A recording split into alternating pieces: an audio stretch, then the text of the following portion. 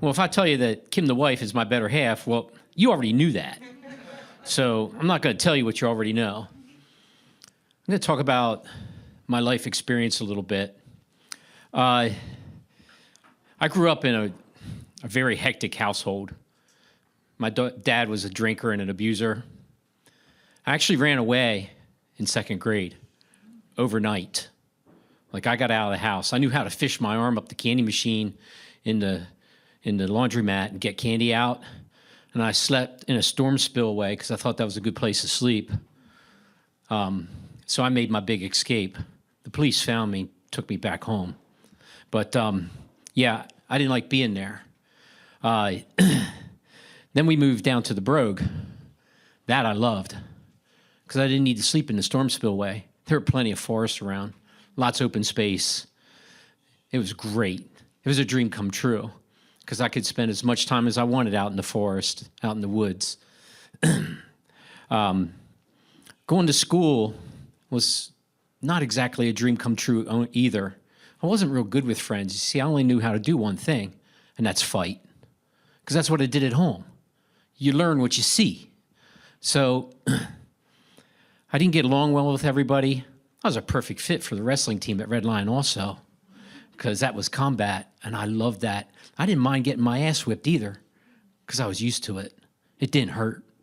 And everybody kept saying, enjoy these years. This is the best part of your life. Really? This is as good as it gets? Sometimes I questioned whether I wanted to keep going on, because it really wasn't that good. The only thing I really liked about high school besides wrestling and my teachers and coaches were the actual classes. The rest of it sucked. And this is the best I got. These are the glory days.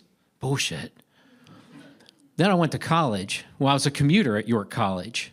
Well, when you're a commuter in a college, commuter equals taxi. Hey, take me here, take me there. I don't want to take you there. I don't even know you. And I don't like you either. But things weren't easy then. And I finally graduated and became a teacher. And it didn't get any easier yet. You know, and you think you go to school, you get your degree, and things it should be finally starting to pay off. Some of the people I taught with that had families, their kids were on free and reduced lunch. You know, I was struggling. It was a fight. But you know what? All that fighting I learned to do paid off because I kept fighting, but I wasn't fighting people. It was fighting just to make things ends meet.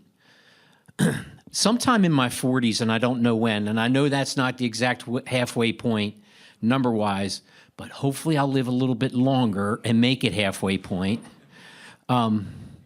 Things started getting easier. Of course, around that time, I met Kim, the wife, too. Maybe she had something to do with it. I don't know.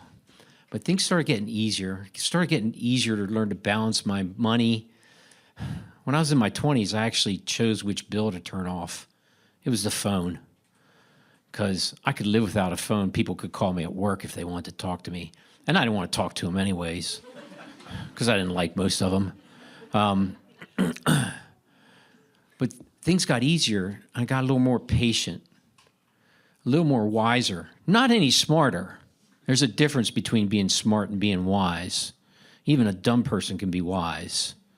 So I got a little wiser. And I think the glory years, the best years, I'm just starting to live now. That stuff they tell you about your best years are in your 30s, that's hogwash. The best is yet to come for some of you. And some of us old, gray-haired, bald, fat, sagging, we are in our glory years, the best half.